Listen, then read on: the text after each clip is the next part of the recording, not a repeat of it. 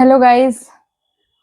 पिछले वीडियो में हमने मैटरनिटी बेनिफिट एक्ट 1961 शुरू किया था और उसको सेक्शन 5 तक पढ़ा था। फर्स्ट पार्ट थोड़ा स्लो था क्योंकि ये पहला एक्ट है जो हम कवर कर रहे हैं, so you might be not aware of the teaching method I apply. ठीक है, तो इसलिए पहला पार्ट थोड़ा स्लो था और प्लस डेफिनेशंस भी बहुत सारे थे, तो उसको डील करना जरूरी था। Now from today will be starting from section 6। Section 6 से हम शुरू करेंगे और जिन लोगों ने सेक्शन 5 तक नहीं देखा है वो इसकी पिछले वाली वीडियो देख लीजिए, तो आपको थोड़ी क्लैरिटी आ जाएगी। As I have told you कि आप जब भी बैठे अपना बेयर एक्ट लेकर बैठे, हाईलाइट द पॉइंट्स ताकि आपको इजी हो रिवाइज करने में। ठीक है, तो शुरू करते हैं सेक्शन 6 से। Section 6 is notice of claim for maternity benefit act and payment thereof. ठीक है, अभी तक हमने पढ़ा था कि भाई जो ये मैटरनिटी बेनिफिट एक्ट है उसमें कितने दिन की हमको लीव मिलती है, किस हिसाब से पेमेंट होता है। अब इस सेक्शन में हम ये जानेंगे कि बेसिकली कैसे एम्प्लॉयर को कैसे पता चलेगा भाई कि हमको वो बेनिफिट चाहिए। कोई भी लेडी प्रेग्नेंट है और उसको ये बेनिफिट चाहिए, उसके लिए हमको एक नोटिस देना पड़ता है। तो section 6 first that says that there should be a notice and that too in a writing form. ठीक है, एक नोटिस होना चाहिए, राइटिंग फॉर्म में होना चाहिए। किस लिए भाई? तो the women should claim her maternity benefit by way of a notice, जो कि रिटन फॉर्म में होना चाहिए, जिसमें कि प्रॉपरली लिखा होना चाहिए कि वो कब से कब तक छुट्टी लेने वाली है, और अपने नॉमिनी को भी वो वहां पर रिटन फॉर्म में बताती है कि भाई अगर इन केस अनफॉर्चुनेटली कुछ मिसहैप हो जाता है तो मेरा पर्टिकुलर नॉमिनी जो है वो कौन होने वाला है और ये बेनिफिट किसको मिलेगा। ठीक है, now section 2 deals with the date. किस डेट से वो छुट्टी लेने वाली है, किस डेट से वो इस बेनिफिट को अवेल करने वाली है, उस डेट को मेंशन करना है। ठीक है, और वो डेट जो है वो 6 वीक्स से पहले की नहीं होनी चाहिए, यानी कि प्रेगनेंसी के जो हमने ये टेबल बनाया था कि ये हमारा प्रेगनेंसी एक्सपेक्टेड डेज है। ठीक है, this is the expected date, तो हमको 6 मंथ्स यहां मिलता है, दैट इज 42 डेज। ठीक है, sorry not months, I am so sorry, 6 weeks. और 6 वीक्स आपको यहाँ मिलता है, 6 मंथ्स मिलेगा, 12 महीने बहुत ज्यादा है ना। तो 42 डेज आपको यहाँ मिलते हैं। ठीक है, अब ये आप पे डिपेंड करता है, the female who is availing this benefit, उस पर डिपेंड करता है कि वो इस 42 डेज और इस 42 डेज यानी कि टोटल ऑफ 3 मंथ्स। ठीक है, इसको ये किस हिसाब से 12 वीक्स को ये किस हिसाब से अपने एडजस्ट करेंगी, कितनी छुट्टी वो पहले लेंगी और कितनी छुट्टी वो बाद में लेंगी, ये उन पे डिपेंड करता है। तो ये चीज सेक्शन 6(2) कहता है कि ये चीज आपको एम्प्लॉयर को रिटन फॉर्म में बताना पड़ेगा, otherwise how will he know that you are going to take a leave from that particular day, क्योंकि उसको भी कुछ अरेंजमेंट करना पड़ेगा इसके लिए। ठीक है, अब इन केस ऐसा होता है that the women is not able to tell, अगर वो बता नहीं पाई, मान लेते हैं कि कोई भी ऐसा कंडीशन हो सकता है जिससे वो इन्फॉर्म नहीं कर पाई, तो सून आफ्टर द डिलीवरी, मान ले डिलीवरी तक नहीं बताई, भाई पहले बता दी तो बहुत अच्छी बात है, अगर डिलीवरी तक मान लिए नहीं बता पाई किसी कंडीशन में, तो उसकी ये ड्यूटी है कि सून आफ्टर द डिलीवरी वो इस बारे में अपने एम्प्लॉयर को बताए। ठीक है, और इसके बाद एम्प्लॉयर जो है वो उसको 6 महीने की, जो जिस दिन से डिलीवरी हुई उससे उस 6 weeks, I am so sorry, मैं 6 महीने बोल रही हूँ बार बार, तो 6 वीक से उसके बाद जिस दिन, द डे ऑफ डिलीवरी से लेकर के 6 दिन तक की, 6 वीक तक की उसको जो है लीव के लिए सैंक्शन करना पड़ेगा। जैसे ही एम्प्लॉयर को पता चला, सेक्शन 4 कहता है ये, सेक्शन 3 आपका ऑब्लिगेशन यानी वुमेन का ऑब्लिगेशन बताता है कि आपको डिलीवरी से जस्ट बाद बताना पड़ेगा, और 4 ये कहता है कि इन केस अगर आप नहीं बता पा रहे हैं और आपने जस्ट बाद डिलीवरी के बताया, तो the employer is duty bound कि वो उस दिन से, जिस दिन आपकी डिलीवरी हुई है उस दिन से लेके 6 वीक तक का आपको लीव सैंक्शन करेगा। ठीक है, अब सेक्शन 5 क्या कहता है? तो सेक्शन 5 क्या कहता है कि भाई पेमेंट का क्या करना है। तो पेमेंट जो है वो अगर सारा बाद में देंगे तो भाई बहुत सारे खर्चे हैं, इफ वुमेन इज वर्किंग, तो आपको भी पता है कि अगर कोई बहुत ज्यादा हाई पेइंग सैलरी नहीं है तो वो सैलरी उसी महीने खत्म हो जाती है ना, तो 1.5 महीने का लैग हो जाएगा। तो फिर यहाँ पे ये सेक्शन ये कहता है कि जैसे ही फीमेल ने ये बताया कि भाई इस दिन से मैं छुट्टी लेने वाली हूँ, तो उसके छुट्टी लेने से पहले, मान लेते हैं this is the delivery date, this is the delivery date, तो ये जो 42 डेज का पेमेंट है, दिस 42 डेज पेमेंट, ये आपको एडवांस में हो जाएगा। दिस 42 डेज पेमेंट ये आपको एडवांस में हो जाएगा। आप प्रूफ, बट ऑब्वियसली आपको वैसे ही फालतू में नहीं बोल सकते हैं कि हाँ भाई आई एम प्रेग्नेंट और सामने वाला दे देगा। You need to cater certain proofs, जैसे कि आपके मेडिकल रिपोर्ट्स हो गए, ठीक है, ये सारी चीजें आपको यहाँ पे जमा करनी पड़ेगी। और आपको ये 42 डेज का, यानी कि ये जो 6 वीक्स का जो आपका टेनर है, वो आपको आराम से आपका एडवांस में हो जाएगा, ठीक है। अब आप में से बहुत सारे बच्चे कहेंगे कि भाई मैम आप ये 42 डेज क्यों लिख रही हैं, मतलब 6 वीक्स है तो हम 1.5 महीना अगर मान के चल रहे तो 1.5 महीना के हिसाब से तो 45 डेज होता है। तो बेटा there is a case law, there is a reason why I am specifically stating it. There was a case law जिसका नाम है B Shah versus presiding officer, B Shah versus presiding officer, this is AIR 1978। जो law background को उनको पता होगा, this is the citation number, ठीक है, जिससे आपकी इस केस के बारे में और पढ़ सकते हैं, ठीक है। तो B Shah versus presiding officer में ये होल्ड हुआ है कि जो वीक है, जो वीक यहाँ पे डिफाइंड है, वो वीक का मतलब होता है 7 डेज इंक्लूडिंग योर संडे। तो 6 वीक्स लिखा है तो 6 ही वीक्स है, आप इसको 45 डेज नहीं कर सकते। You can not do it 45 days, it should be 6 weeks only, ठीक है। तो that was one of the clarifications, क्योंकि आपको प्रॉब्लम मतलब डाउट ना हो, ठीक है। ऐसा लिखा हो 42 डेज 45 डेज, आप कहेंगे मैम ने तो कहा 1.5 महीना। नो, नॉट 1.5 महीना, 1.5 महीना हम अनुमान से ऐसे अपने कन्वीनियंस के लिए कह रहे हैं, पर इट इज 6 वीक्स यानी कि 42 डेज, ठीक है। चलिए, तो ये जो एडवांस है ये आपको 6 वीक्स का जो है वो एडवांस मिल जाएगा। और ये जो 6 वीक्स का जो बचा हुआ है ऑन द डिलीवरी डेट, एक दिन आगे पीछे, ऑन द डिलीवरी डेट, जिस दिन आप बच्चा डिलीवर करते हैं और आप इसके रिपोर्ट्स को सबमिट करते हैं, you submit it to the employer the reports कि you delivered a healthy baby, उसके 48 आवर्स के अंदर अंदर, यानी कि 48 आवर्स के अंदर अंदर आपको ये वाला जो पोर्शन है, जो ये टेनर है, उसका भी आपको पेमेंट जो है वो सैंक्शन हो जाएगा। Is it clear to everybody?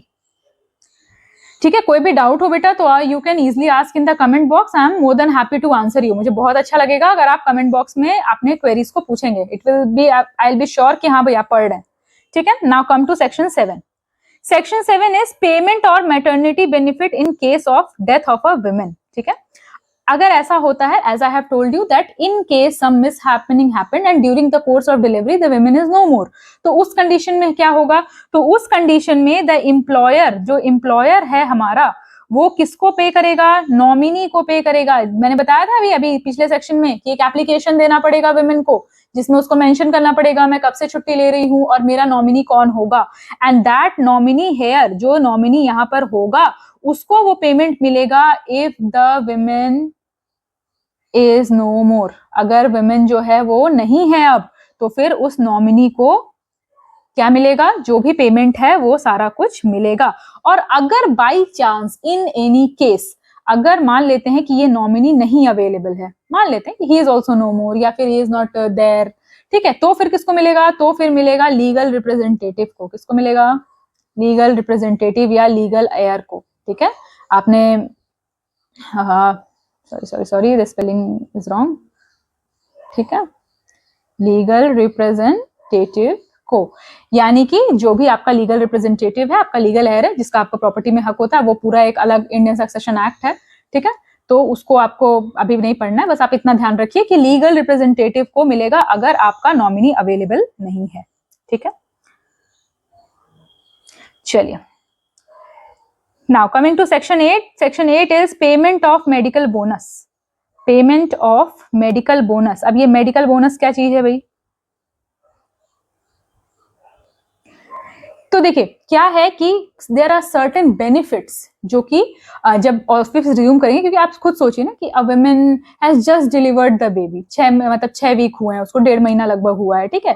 May be operation से भी हो सकता है, कोई मेडिकल कॉम्प्लिकेशंस थोड़ा बहुत आता है, तो उस केस में शी नीड एक्स्ट्रा केयर, ठीक है। या फिर उसके पहले भी उसको बहुत ज्यादा भारी काम नहीं करना है, ये सारी चीजें नहीं करनी है। Everything can not be covered in law ना, मतलब कि अब हमने कह दिया कि भाई आपको ऐसा काम नहीं कराना है जिसमें कि इंसान बहुत देर तक खड़े रहे, पर ऐसा थोड़ी कि बैठ के भी आप बहुत आराम से, हो सकता है कभी आप आराम से काम करो, कभी आपको थोड़ा बहुत भाग दौड़ करना पड़े, है ना। तो अगर उनको प्रॉपर जो प्रीनेटल और पोस्टनेटल केयर नहीं मिलता है तो इन केस में she is entitled for bonus. ये किसके लिए इंटाइटल्ड है? बोनस के लिए इंटाइटल्ड है, जो कितना है, देखिए ये एक्ट 1961 का है, उस समय पे ये था लगभग 25 rupees, which is not much, ठीक है, क्योंकि जाहिर सी बात है दिस इज नॉट मच, पर she is entitled for medical bonus as well, ठीक है। ये सेक्शन 8 आपका कहता है। अभी ये आगे के जो सेक्शंस है ना वो हम बहुत जल्दी जल्दी कवर कर लेंगे। जो शुरू के सेक्शंस थे ना जिसमें डेफिनेशंस थे, that is very long and that required a detailed explanation, ठीक है। Now coming to section 9, that is leave for miscarriage. तो भाई अभी हमने पहले भी ये पढ़ा है, ठीक है, इसके लिए स्पेसिफिक सेक्शन दिया हुआ है, पर इसको पहले भी हमने पढ़ा है कि अगर बेबी का बर्थ होता है तो भी आपको 6 वीक्स की छुट्टी मिलेगी, और अगर आपका मतलब अगर उस लेडी का मिसकैरेज होता है, ठीक है, तो भी उस लेडी को क्या होगी, 6 वीक्स की, after the date of miscarriage 6 weeks की छुट्टी, पेड छुट्टी मिलेगी। पर याद करो, अगर जिन्होंने नहीं देखा पिछला लेक्चर देख लो, कि मैंने फिर बताया था वहां पर कि अगर ऐसा होता है कि the child is no more within few days, हो सकता है कि एक हफ्ते में the child leaves the world, ठीक है, तो उस समय पे क्या हम उस समय पे क्या होगा, उस समय पे ये 6 वीक की छुट्टी काउंट नहीं होगी, till the time the child was alive, बस उसी समय तक की छुट्टी काउंट होगी, है ना। ये एक कैच था जिसमें कि आपको जो पेपर में है ऐसा कुछ आ सकता है ट्विस्टिंग, और आप तो कहोगे नहीं भाई 6 वीक की छुट्टी तो है नहीं, मिसगैरेज में 6 वीक्स की छुट्टी है, but if the child is born और उसके बाद आफ्टर दैट ही ड्यू टू सम कॉम्प्लिकेशंस और something is no more in this world, तो उस दिन से उस मदर की छुट्टी जो वो खत्म हो चुकी होगी, ठीक है। चलिए अब अगला जो सेक्शन 10 है वो ये कहता है कि इन केस कोई इलनेस हो जाती है, ठीक है, मान लेते हैं कि प्रेगनेंसी में जो है डिलीवरी हुई, ठीक है, या फिर प्री मैच्योर बर्थ, आपने बहुत सुना होगा कि 7 महीने में बच्चे का बर्थ हो जाता है, कभी कभी 8 महीने में हो जाता है, मतलब जो baby is not properly developed. अगर प्री मैच्योर बर्थ होता है या फिर डिलीवरी होती है या फिर मिसगैरेज होता है और उस कारण से कोई इलनेस हो जाती है, कोई सीवियर इलनेस हो जाती है जिससे the women body is not prepared to work, उस समय पे इस 3 मंथ्स यानी कि इस 12 वीक्स के अलावा भी आपको और छुट्टी भी मिलेगी। कितनी मिलेगी? तो that is maximum to 1 month, यानी 12 हफ्ते ये और 1 महीना, यानी कि लगभग 4 महीने के करीब आपको टोटल छुट्टी जो है वो आपकी एक्सटेंड हो जाएगी in case there is illness. Then again आप ऐसे नहीं कह सकते कि भाई मैं बीमार हूं, there it should be supported with proper documents, proper medical report, doctor prescription, तब जाकर के आपकी जो 1 महीने की छुट्टी है वो और ज्यादा बढ़ जाएगी अंडर दिस सेक्शन, ठीक है। अब section 11 deals with nursing breaks. अब ये नर्सिंग ब्रेक क्या है भाई? तो when a child is born, तो 1.5 महीना आपने घर पे बच्चे का टेक केयर किया, but you know that till 6 months the baby has to be fed on mother's milk, right. तो उस समय पर यू हैव टू, अगर आप काम पे आ रहे हैं तो आपको बच्चे के साथ आना पड़ेगा, there are creche facilities and all, है ना, ऑफिस में आपका क्रेच फैसिलिटीज होता है, तो उस समय पर the women should get at least 2 nursing break. जो नॉर्मल ब्रेक सबके लिए होता है वो तो होगा ही, उसके अलावा उसको 2 नर्सिंग ब्रेक मिलेगा जहां पे she can feed the baby, because that is the basic requirement, ठीक है। और ये कब तक मिलेगा? जब तक the baby is 15 months old, 15 महीने तक का बच्चा जब तक नहीं हो जाता है, जब तक उनको 2 नर्सिंग ब्रेक्स जो है वो मिलेंगी। That is under section 11 of this maternity benefit act. Now coming to section 12। Section 12 deals with dismissal during pregnancy. अब ऐसा हो कि भाई आपने छुट्टी ली कि द वुमेन इज प्रेग्नेंट और उस हिसाब से उन्होंने छुट्टी ली, ठीक है। अब अगर ऐसा होता है कि जो एम्प्लॉयर है उसने मतलब थोड़ा सा विकेड इविल कह सकते हो कि उन्होंने क्या किया कि उस लेडी को टर्मिनेट कर दिया, डिसमिस कर दिया सर्विस से, तो क्या ये कर सकते हैं वो? देखिए ह्यूमन ग्राउंड पे तो नहीं करना चाहिए, है ना, क्योंकि the women is pregnant and you are not supposed to do that with a women who is about to bring a life in this world, you should not do it. पर not everybody is so filled with moral values and all, है ना, तो there is a legal backing, एक legal backing भी वहां पर है, यानी कि डिसमिसल ड्यूरिंग एब्सेंस और प्रेगनेंसी। इस समय पे पहला जो सेक्शन है इसका, यानी कि 12(1), वो ये कहता है कि अगर कोई एम्प्लॉयर ऐसा करता है तो दैट इज अनलॉफुल, है ना। तो अगर वो डिसमिस करता है तो ये क्या है, अनलॉफुल है कि विमेन जो है वो छुट्टी पर है और एम्प्लॉयर ने उसे इस कारण से डिसमिस कर दिया और उसे कोई नोटिस दे दिया, ठीक है, ये अनलॉफुल है, ये पहला सेक्शन कहता है, ठीक है, that this dismissal is unlawful in the eyes of law. That is very true, that it is unlawful. Yes.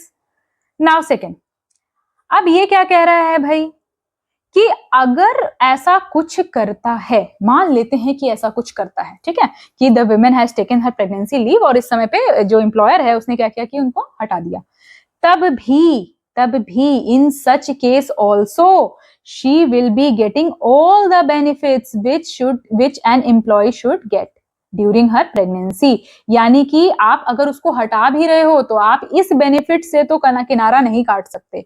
You have to be there, you have to pay all the benefits that are required for जो कि pregnant women के लिए जरूरी है, ठीक है। पर इसमें एक एक्सेप्शन है। अब क्या एक्सेप्शन है भाई, मान लेते हैं यहाँ पे ग्रॉस मिसकंडक्ट हुआ है, बहुत बड़ा मिसकंडक्ट, और ये भी ऐसा बोलने से नहीं होगा, that should be backed with some legal paper, मतलब कुछ ऐसा प्रूफ होना चाहिए कि हाँ भाई इनके वजह से इतना ये मिसकंडक्ट हुआ है, ठीक है। मान लेते हैं कि मतलब इन्होंने कुछ कॉन्फिडेंशियल डेटा है, उसको घर पे थी ये 1-1.5 महीने, इन्होंने क्या, इनके पास कुछ कॉन्फिडेंशियल डेटा था और इन्होंने क्या किया कि उसको लीक कर दिया, ठीक है, जिससे कंपनी का बहुत बड़ा नुकसान हो गया, या कुछ भी ऐसा होता है जो ग्रॉस मिसकंडक्ट में आता है, उस समय पर ये जो मैटरनिटी बेनिफिट एक्ट के जो बेनिफिट्स हैं वो इनको नहीं मिलेगी, ठीक है। ऐसे तो मिलेगी, लेकिन अगर ये कुछ ग्रॉस मिसकंडक्ट करती हैं तो फिर उस कंडीशन में इनको कोई भी बेनिफिट जो है वो नहीं मिलेगा, ठीक है। चलिए, ये तो हो गया आपका सेक्शन सेकंड।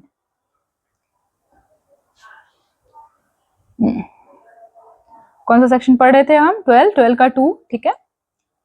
चलिए, ये हो गया फर्स्ट, देखिए डिसमिसल जो है वो अनलॉफुल है।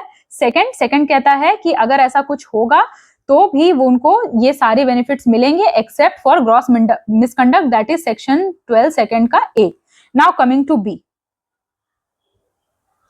अगर मान लेते हैं कि उनको फिर भी मतलब कि अनलॉफुल तो है, पर अनलॉफुल बोल देने से थोड़ा ना हो जाएगा, there should be some legal backing, कुछ ऐसा बेनिफिट होना चाहिए, कुछ ऐसा होना चाहिए ना, कुछ होल्ड होना चाहिए कि भाई कंप्लेन कर सकते हैं, तो वो कंप्लेन कर सकती हैं। अगर ऐसा होता है तो क्या है कि any women deprived of medical benefit और मेडिकल बोनस और बोथ में within 60 days from the date which the order of such deprivation is communicated to her appeal. यानी कि जैसे ही एम्प्लॉयर ने मुझे फोन किया और कहा कि मैडम आपको ये बेनिफिट नहीं मिल सकता या फिर आपको मैंने टर्मिनेट कर दिया, I am not going to give you this benefit, ठीक है।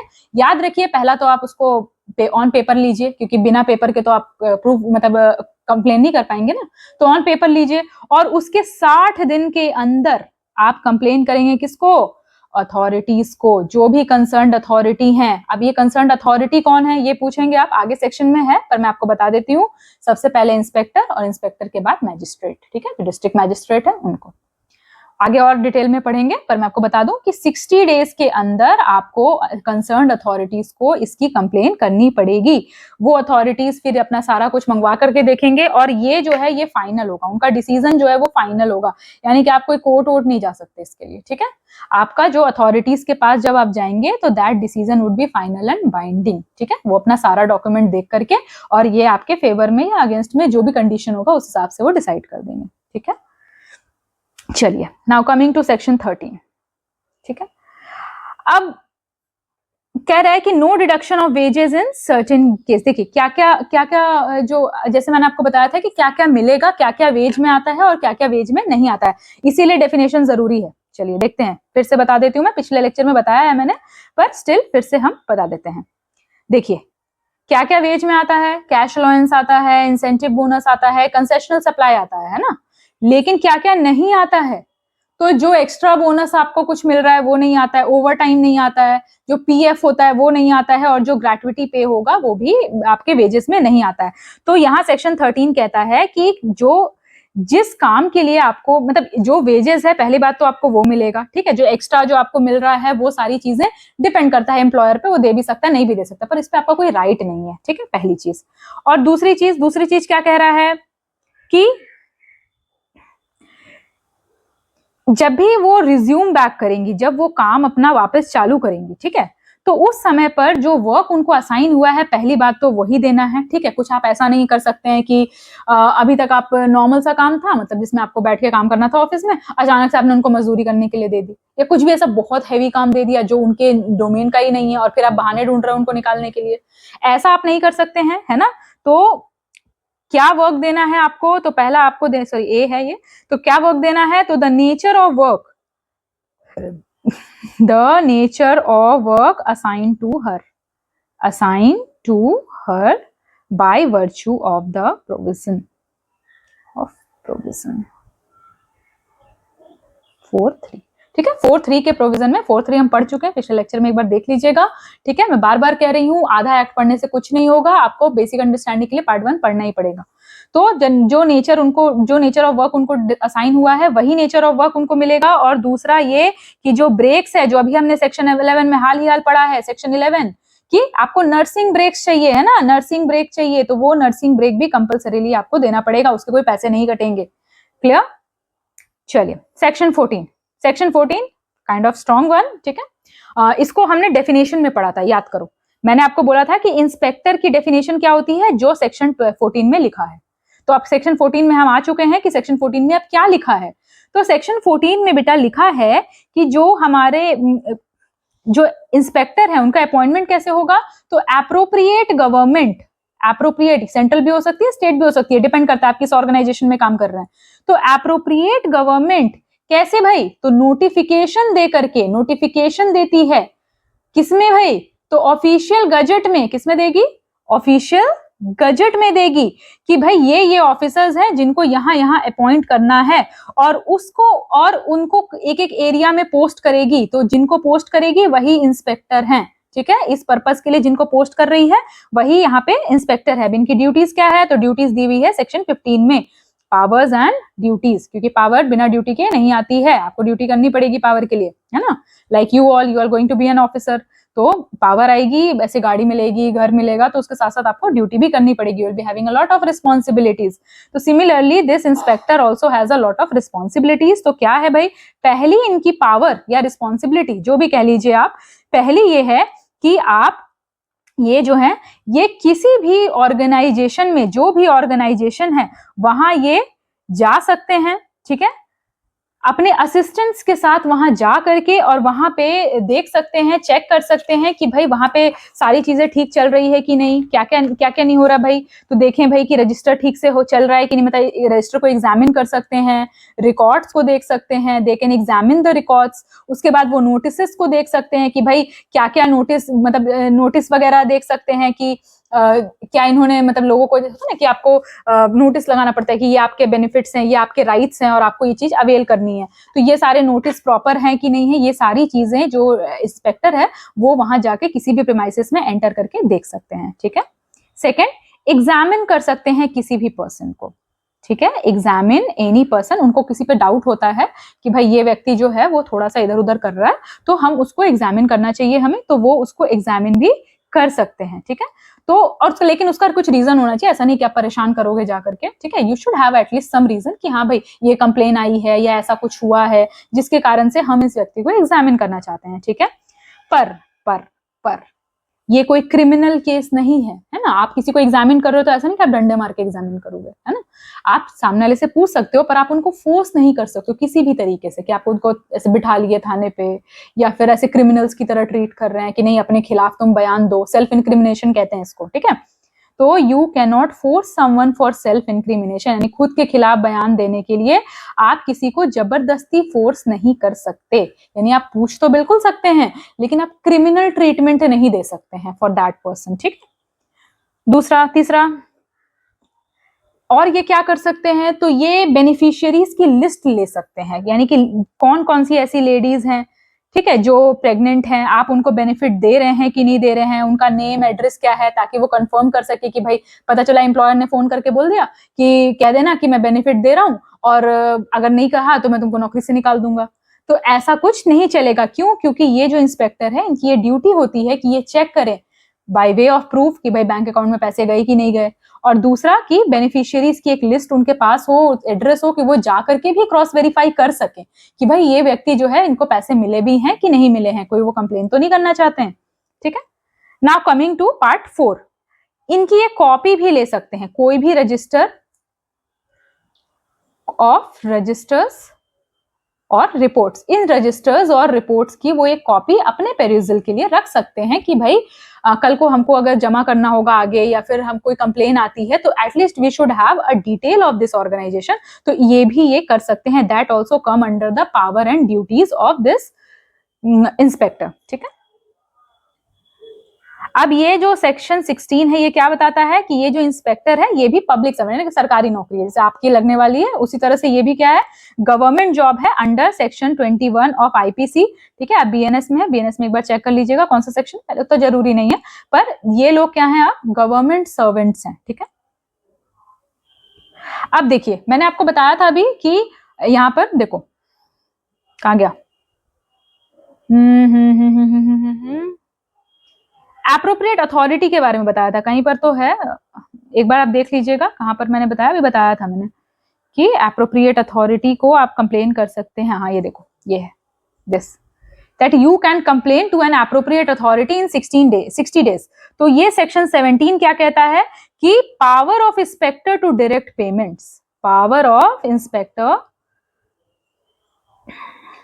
टू डायरेक्ट पेमेंट्स, यानी कि आप इंस्पेक्टर को पावर है, मतलब आपको पावर इंस्पेक्टर को मतलब पावर है कि अगर विमेन को कोई बेनिफिट नहीं मिला है तो पहला ये कहता है कि she can complain to the inspector, ये इंस्पेक्टर को कंप्लेन कर सकती हैं और इसमें इनका पूरा राइट है। ये सबसे पहले जाकर के इंस्पेक्टर को कंप्लेन करेंगी कि भाई ये जो पर्टिकुलर ऑर्गेनाइजेशन है ये मुझे जो मेरे बेनिफिट्स है वो मुझे नहीं दे रहा है। ठीक है।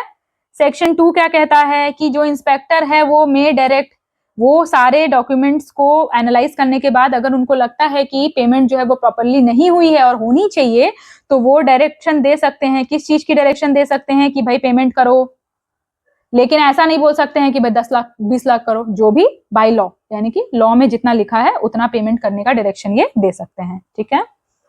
अगर इनका मान लेते हैं अगर किसी को ऐसा इन एनी केस लगता है कि the inspector is not doing justice to the person, तो विद इन 30 डेज, 30 दिन के अंदर वो किसी जो प्रिस्क्राइब्ड अथॉरिटी हैं उनसे ये कंप्लेन कर सकती हैं, यानी कि जो प्रिस्क्राइब्ड अथॉरिटी, अब आगे बताऊंगी कौन है प्रिस्क्राइब्ड अथॉरिटी। ठीक है।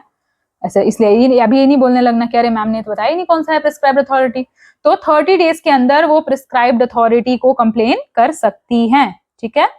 सेक्शन 4 कहता है कि ये जो प्रिस्क्राइब्ड अथॉरिटी है इनका डिसीजन फाइनल होगा, इसके आगे नहीं, बस 2 ही, क्योंकि एक गलत हो सकते हैं, 2 गलत नहीं हो सकते हैं, ऐसा इस एक्ट का कहना है। ठीक है। नहीं तो फिर ऐसे तो फिर बहुत सारा भीड़ लग जाएगा कोर्ट में। तो 30 डेज के अंदर आप की प्रिस्क्राइब्ड अथॉरिटी को कंप्लेन करेंगे और उनका डिसीजन जो है वो फाइनल होगा। ठीक है। चलिए now coming to section 18, coming to section 18। अब मैंने बार बार कहा कि भाई अगर आप विमेन को उनका बेनिफिट नहीं देंगे, मैटरनिटी बेनिफिट नहीं देंगे तो दैट इज अ क्राइम।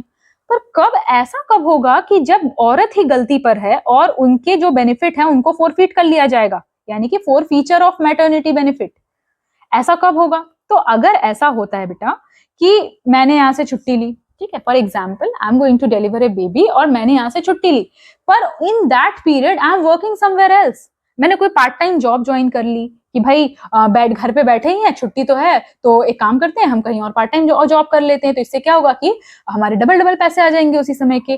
तो in that case if a women works in any other establishment, इस छुट्टी को लेने के बाद if she works in any other establishment, अगर वो किसी और कंपनी में काम करने लगी हैं तो फिर उनको ये मैटरनिटी बेनिफिट नहीं मिलेगा। ठीक है। पर अगेन उसका प्रूफ होना चाहिए, है ना। नाउ सेक्शन 19, ये जितना भी रूल्स है, ठीक है, इनको एक प्रॉपर जो भी वहाँ का लोकल लैंग्वेज है प्लस जो ऑफिशियल लैंग्वेज है यानी कि हिंदी और इंग्लिश में, ये कर करके हर जगह पे ऐसे या तो डॉक्यूमेंट के फॉर्म में या तो सबको आप भेज सकते हैं या तो रूल बुक में डाल सकते हैं, ये सबको पता होना चाहिए, ये नहीं कि आप कंसील कर रहे हैं। You should tell everyone about their rights, है ना। जिस भी एस्टैब्लिशमेंट में विमेन एम्प्लॉयड हैं वहां पर ये ड्यूटी बनती है उस पर्टिकुलर ऑर्गेनाइजेशन की कि वो यहाँ पे ये मेंशन करें कि हाँ भाई ये चीजें हैं, और इसमें फिर आपको अगर ऐसा कुछ सिचुएशन आता है तो you can avail such benefits, this is the duty of the employer. ठीक है। सेक्शन 20 क्या कहता है? तो सेक्शन 20 कहता है कि रजिस्टर मेंटेन करना है। अरे भाई, इंस्पेक्टर को देने के लिए रजिस्टर होना भी तो चाहिए। If you don't have a notebook तो नोटबुक दोगे कैसे?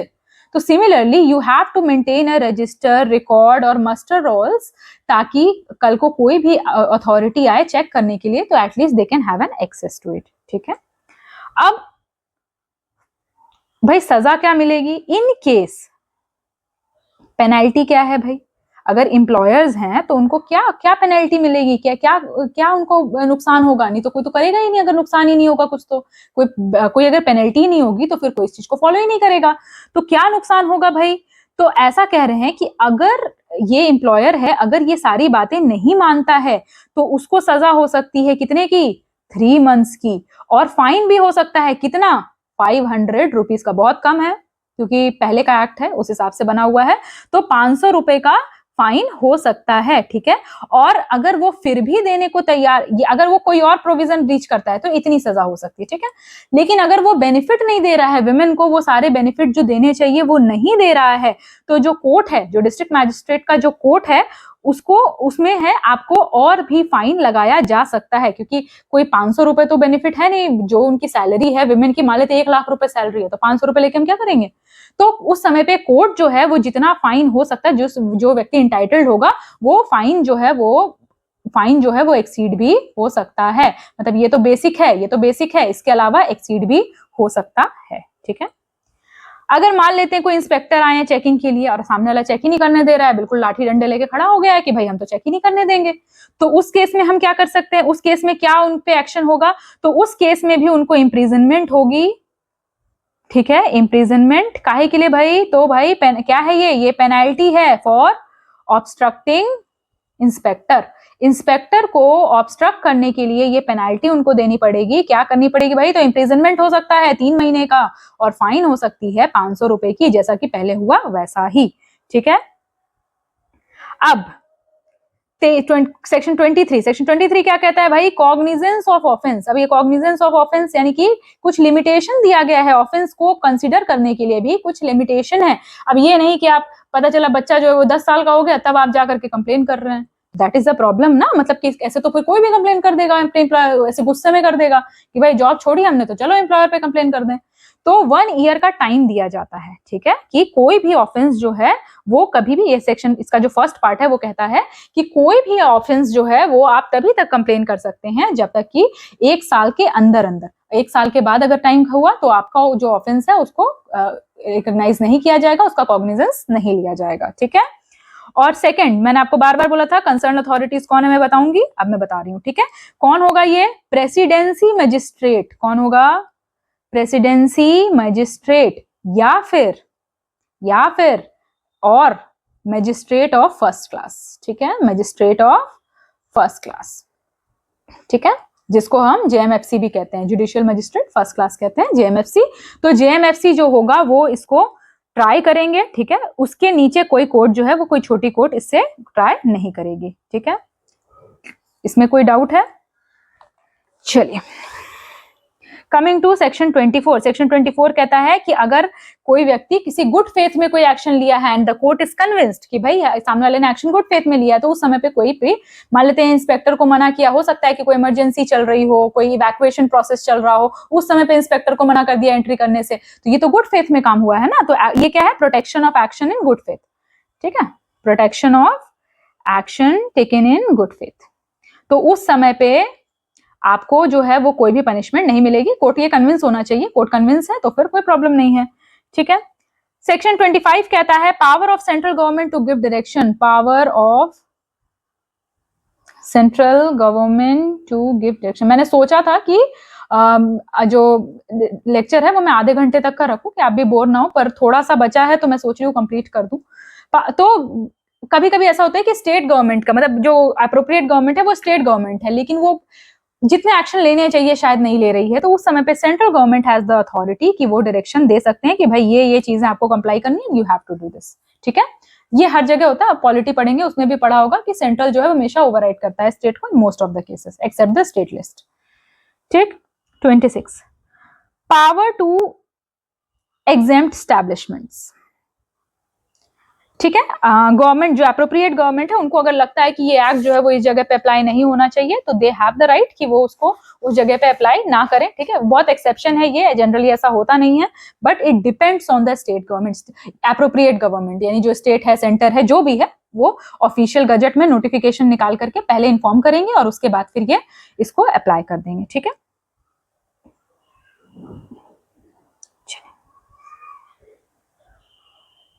Next Section 27 Effect of laws and agreements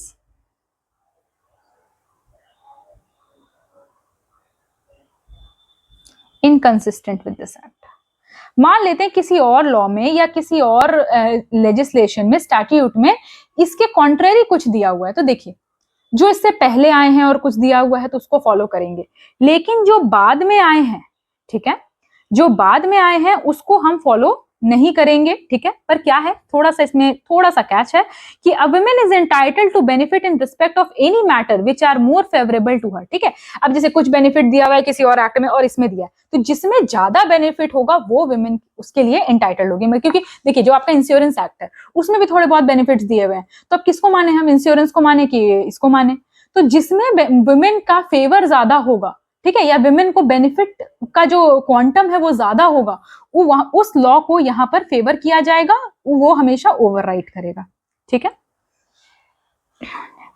ठीक है, और इस एक्ट में ऐसा कुछ भी नहीं है। ऐसा देखिए इसका जो सेकंड सेक्शन है वो क्या कहता है, nothing contained in this act shall be constitute to preclude a woman from entering into an agreement with her employer for granting her rights और privilege in respect of any matter which are more favourable to her. और ये act deny इस चीज को नहीं करता है, कोई एम्प्लॉयर ये नहीं कह सकता कि भाई दो एक्ट हैं तो हम तो मैटरनिटी बेनिफिट एक्ट ही फॉलो करेंगे। अगर कुछ ऐसा होता है जिसमें बेनिफिट जो है वो दूसरे एक्ट में ज्यादा है तो द वुमेन इज एंटाइटल्ड, भले उसने साइन करा हो अपने टर्म एंड कंडीशन में कि we will stick to this maternity benefit act, but if she is getting some more benefit in any other act then she will be entitled for such benefit.